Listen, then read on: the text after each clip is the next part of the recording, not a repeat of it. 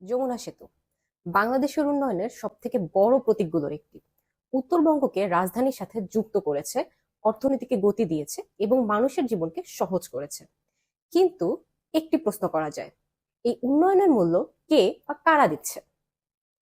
আমাদের যমুনা সেতুর সাফল্যের গল্প আমরা সবাই শুনি, কিন্তু খুবই কম শুনি যমুনা নদীর গল্প। একসময় যমুনা সবথেকে ভয়ঙ্কর, সবচেয়ে প্রশস্ত এবং সবথেকে জীবন্ত নদীগুলোর মধ্যে একটি ছিল। কিন্তু আজ শুষ্ক মৌসুমে যমুনার অনেক অংশে যতদূর চোখ যায় দেখা যায় শুধুমাত্র চর আর বালু। প্রশ্ন হলো, এত চর কোথা থেকে এলো?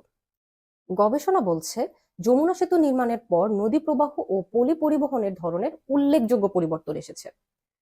2017 সালের একটি গবেষণায় দেখা যায়, সেতু নির্মাণের পর থেকে গবেষণা এলাকার প্রায় 255 বর্গ কিলোমিটার নতুন চর বা স্যান্ডবার গড়ে উঠেছে।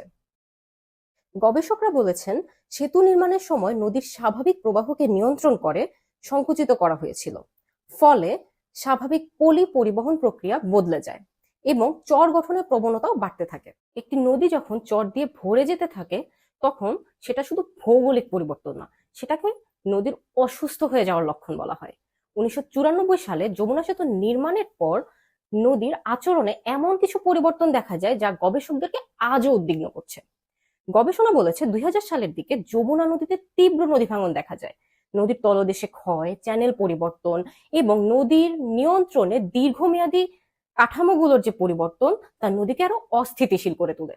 ফলে দেখা যায় অদ্ভুত এক পরিস্থিতি। বন্যা হয়তো আগের মতো বিশাল নয়, কিন্তু ক্ষয়ক্ষতি হয়ে ওঠে ভয়াবহ।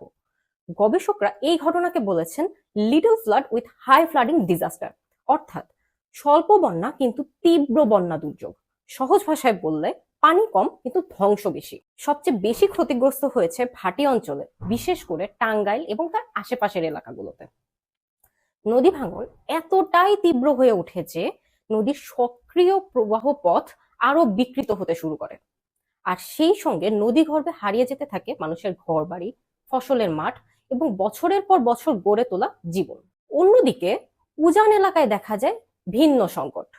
অতিরিক্ত বন্যার পানি কৃষি জমির উপর বালু এবং পলির স্তর জমা করে। যে জমিতে একসময় ধান হতো, যে জমিতে একটি পরিবারের খাবার উৎপাদন হতো, দেখা যায় সেখানে বালির আস্তরণ জমে যাচ্ছে। ফলে মাটির উর্বরতা কমে যাচ্ছে, ব্যাহত হচ্ছে কৃষি উৎপাদন এবং ক্ষয়ক্ষতি হচ্ছে ফসলের। সব থেকে ভয়ঙ্কর ব্যাপার হলো, নদী কখনো একদিনে মরে যায় না। প্রথমে চর বাড়ে, তারপর নাব্যতা কমে, তারপর প্রবাহ দুর্বল হয়, তারপর নদী ছোট হতে শুরু করে।